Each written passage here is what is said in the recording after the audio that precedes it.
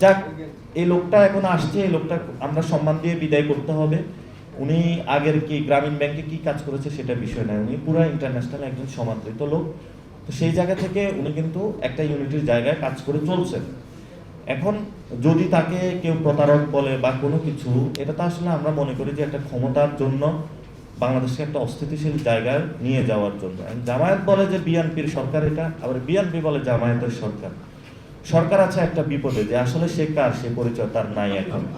এই জন্য আমরা ডক্টর ইউনূসকে বলবো, আপনি যদি আদেশটা জারি করতে পারেন তাহলে আপনার আইডেন্টিটি খুঁজে পাওয়া যাবে, আপনি আসলে জনগণের সরকার হিসেবে নিজেকে প্রতিষ্ঠিত করতে পারেন। আর যদি আপনি এটা না করেন, যদি চুপ্পুকে দিয়ে আপনি এই ধরনের কোনো কার্যক্রম করার বাংলাদেশে চিন্তা ভাবনা করেন, তাহলে এটা বাংলাদেশে একটা বড় ধরনের অস্থিতিশীল পরিস্থিতির দিকে যাবে। আমরা কিন্তু চুপ্পুর হাত দিয়ে বাংলাদেশের এই জুলাই সনদ, পবিত্র সনদের সাইনটা মেনে নিব না। এবং সেই সময় চুপ্পু যদি এই সাইন হয়, তাহলে চুপ্পু বঙ্গভবনে থাকতে পারবে কিনা সেটাও আমরা নিশ্চয়তা বিধান করতে পারবেন। আপনি এই ধরনের আগুন নিয়ে খেলা করবেন না। ভালোভাবে আছেন, ভালোভাবে বিদায় নেন। আমরাও আপনাকে সম্মান করি, আমরা আপনাকে নিয়ে এসেছি, আপনি কাজ করেছেন। এখন আমরা একটা নির্বাচনের ফেজে চলে যেতে চাই। নির্বাচনের মধ্য দিয়ে পিপল যাকেই ভোট দেয়, এটা জামায়াত ইসলামীকে দেখ, এনসিপিকে দেখ, খেলাফত মজলিসকে দেখ, ইসলামী আন্দোলনকে দেখ, বিএনপি দেখ, আমরা একটা পর্যায়ের মধ্য দিয়ে আমরা গণতান্ত্রিক ওয়েতে যাই। কিন্তু সেখানে একটা কথা হয়েছে, সেটা হলো আমরা একটা বাংলাদেশের রিফর্ম অ্যাসেম্বলি চাই, যে অ্যাসেম্বলির মধ্য দিয়ে এই কার্যক্রমগুলো একটা সুষ্ঠু প্রক্রিয়ার মধ্য দিয়ে নতুনভাবে আমরা বাংলাদেশটা স্টার্ট করতে পারবো। নতুনভাবে আমি আর জাস্ট 2 মিনিটে শেষ করে দিব কিছু একটা বিষয়।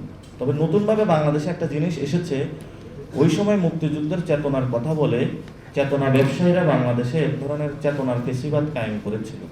বাংলাদেশে কিন্তু আবারই ধর্মকে ডিল না করে ধর্মীয় কথা বলে ধর্মীয় ফেসিবাদ কায়েমের প্রচেষ্টা চালিয়ে যাওয়া হচ্ছে। এই ধর্মীয় ফেসিবাদ যদি বাংলাদেশে কায়েম করা হয়, তাহলে আলেম ওলামাদের উপরে বড় ধরনের একটি নির্যাতন নেমে আসবে।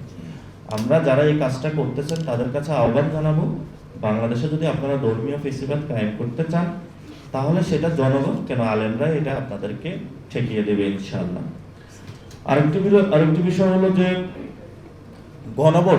গণভোটের জন্য নাকি বিএনপির থেকে একটি দাবি উত্থাপন করা হয়েছে, যে এটাতে নাকি অনেক টাকা খরচ হবে।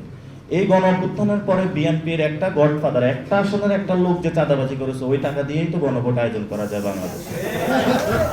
তো তারা বাংলাদেশের এবং শেখ হাসিনার যে সম্পদগুলো আপনার আমার পকেট থেকে চুরি করেছিল, এই পকেটে এগুলো তো আপনার আমার সম্পত্তি রাষ্ট্রীয় কোষাগারে জমা হওয়ার কথা। এই জন্য আমরা বিএনপির কাছে আহ্বান রাখবো, আপনারা যে ধরনের চাঁদাবাজি সন্ত্রাসী বাংলাদেশে কায়েম করেছেন, জনগণের টাকা লুপাট করেছেন, এগুলো রাষ্ট্রীয় কোষাগারে ফেরত দিন। আর যদি টাকার প্রশ্ন আসে একটা গণভোট আয়োজন করতে, যে টাকা যাবে এটা আপনাদের একটা আসনে, এবং ওই যে ঢাকা মহানগরের একজন নেতা আছে যে নয়ন, ও যে টাকা চাঁদাবাজি করেছে, দুর্নীতি করেছে, এই টাকা দিয়েও একটা বাংলাদেশে গণভোট হওয়া সম্ভব।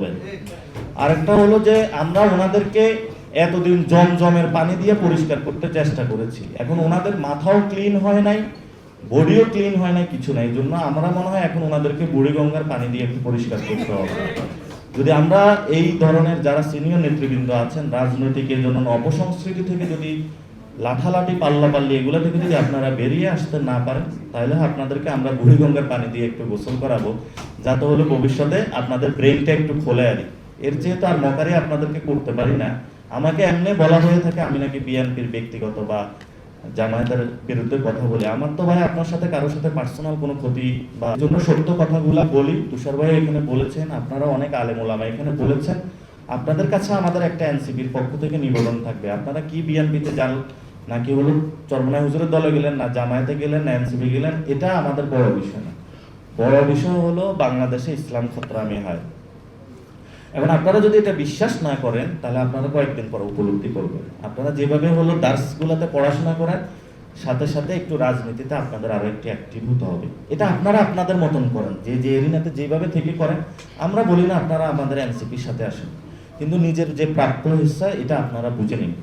এবং সেই জায়গাতে বাংলাদেশের যে কনস্টিটিউশনের যে সংস্কার, বড় একটা কিন্তু ঘটনা বাংলাদেশে ঘটে যাচ্ছে।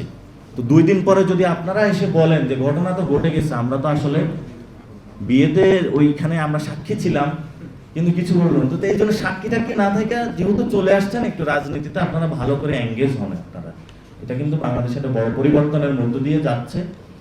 আর নিজেদের মানে এটা জায়গাটা কারো কাছে বর্গা দিবেন না, কারো কাছে ইজারা দিবেন না কোনো দলের কাছে। এবং আপনাদের যারা ইজারা নিতে চায়, অনেক দল বাংলাদেশে সৃষ্টি হয়েছে, আপনারা তাদের কাছে ইজারা দিবেন না। আমরা আপনাদের এনসিপির পক্ষ থেকে এই ধরনের আপনারা আসবেন, আমরা কোনো ওলামা দল, ওলামা লীগ এই ধরনের কোনো সংগঠন সৃষ্টি করতে চাই না।